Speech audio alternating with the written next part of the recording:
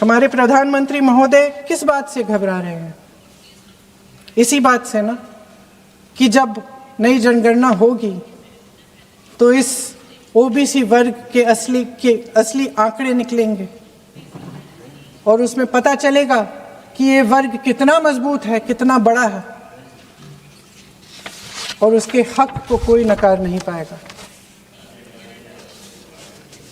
2011 की जनगणना को परसीमन का आधार बनाकर प्रधानमंत्री जी ओबीसी वर्ग की ये हक छीनना चाहते हैं। उनके साथ एक बहुत बड़ा अन्याय करने जा रहे हैं। अध्यक्ष महोदय, कांग्रेस पार्टी कभी नहीं होने देगी। हमारा संविधान सबका है, ये देश एक एक देशवासी का है। किसी एक का हक छीनकर इसे नहीं चलाया जा सकता। इस विधेयक में सिर्फ यह अभाव नहीं है, एक और खतरनाक अभाव है। संसद का 50% विस्तार प्रस्तावित है, लेकिन इसके लिए कोई ठोस प्रक्रिया के बारे में एक भी शब्द नहीं लिखा है।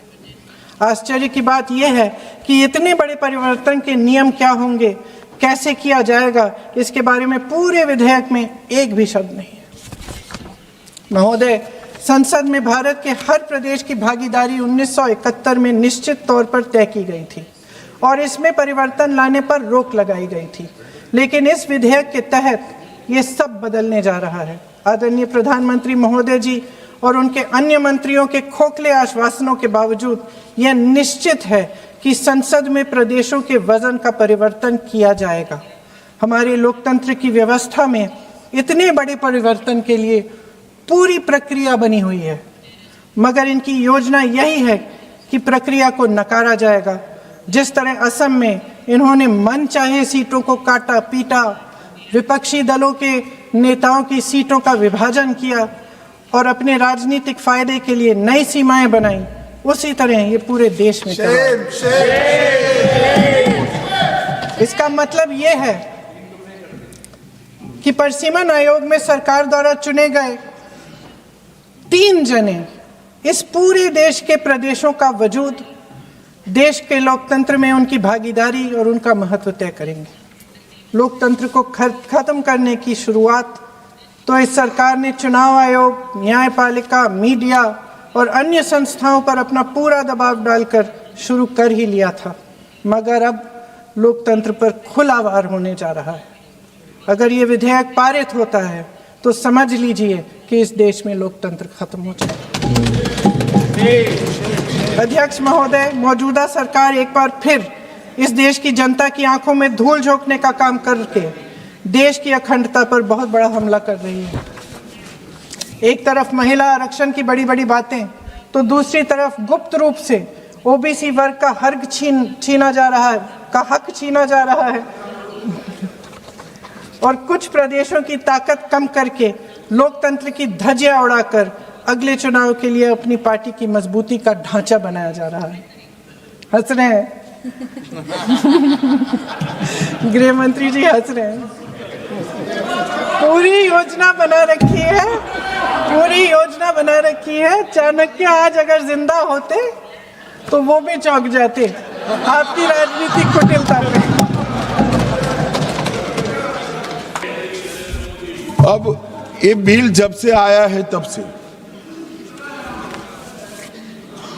विपक्ष ने कुछ भ्रांतियां फैलाना शुरू की।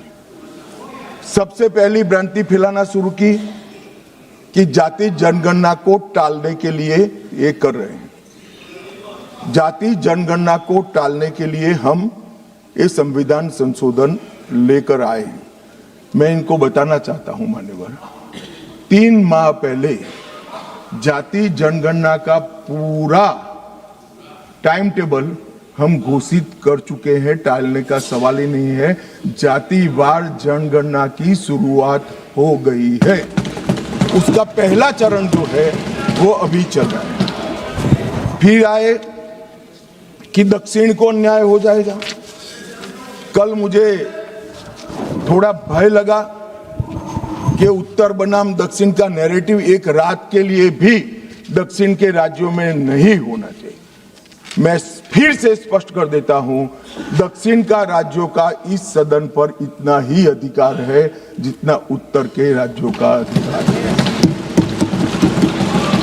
अरे दक्षिण छोड़िए, छोटी सी यूटी लक्षद्वीप का भी इतना अधिकार है जितना उत्तर प्रदेश, गुजरात और बिहार का।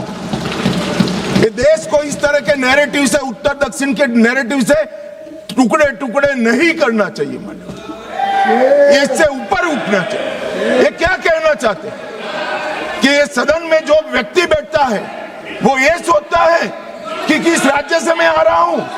मान्यवर, हम शपथ लेते हैं तो मन से लेते हैं। जो संविधान हाथ में लेकर शपथ लिए हैं वो उत्तर दक्षिण का भेद कराना चाहते हैं, हम नहीं होने देंगे। मान्यवर, जो भी सदस्य यहां शपथ लेता है वो भारत को अक्षुण्ण रखने की शपथ रहता है, पूरे भारत के कल्याण की शपथ लेता है। वो अपनी कॉन्स्टिट्यूएंसी, अपना राज्य, अपना धर्म, अपनी जाति की शपथ नहीं लेता है। और ये क्या नैरेटिव फैलाया, और ये मानते हैं कि ये नैरेटिव से हमारी पॉपुलैरिटी हो जाएगी, बाल सफेद हो जाएंगे, या नहीं बैठ पाओगे, नहीं हो पाए। देश के अंदर विभाजन कर कर कोई सत्ता प्राप्त नहीं कर सकता।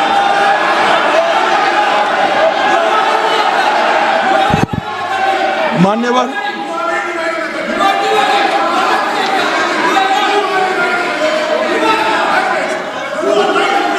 बैठ जाओ।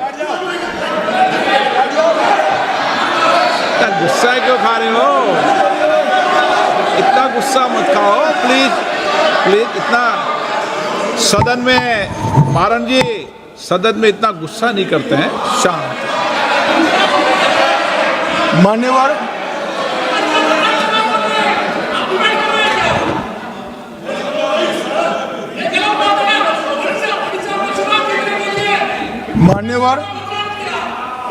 मान्यवर,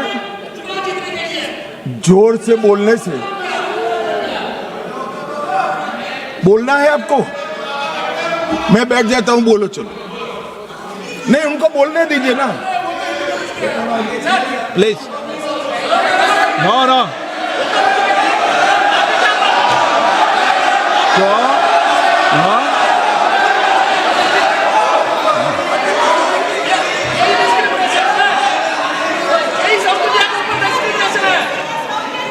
मान्यवर,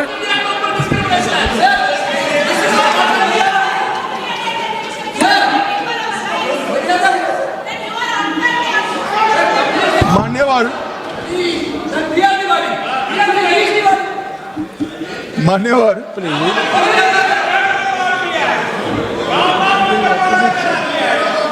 माननीय अध्यक्ष जी, झूठ को जोर से बोलने से सच नहीं होता, सच सच होता।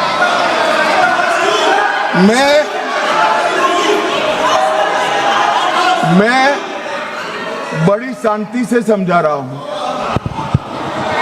कि ये परिसीमन आयोग और संवैधानिक सुधार के लिए ये नैरेटिव फैलाया जा रहा है। आज भी सभी लोग बोले हैं कि इससे दक्षिण के राज्यों का प्रतिनिधित्व की दृष्टि से नुकसान होगा। मैं ये बात कर रहा हूं, वो हकीकत नहीं है। अब जब मैं हकीकत नहीं है कहता हूं तो कल मैंने डिटेल बताया था, मगर फिर भी भाषण पढ़े जाते हैं फ्यूचर में। ये नैरेटिव तोड़ने के लिए जरूरी है कि मैं एक लाइन में समझाऊंगा।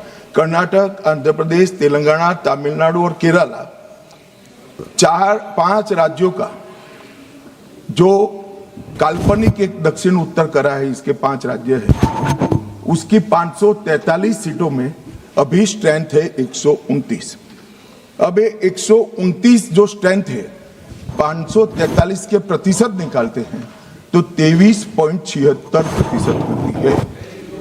अब 50% वृद्धि कर जब ये 5 राज्यों की सीटों का हम आवंटन करते हैं तो 129 से बढ़कर 195 होती है।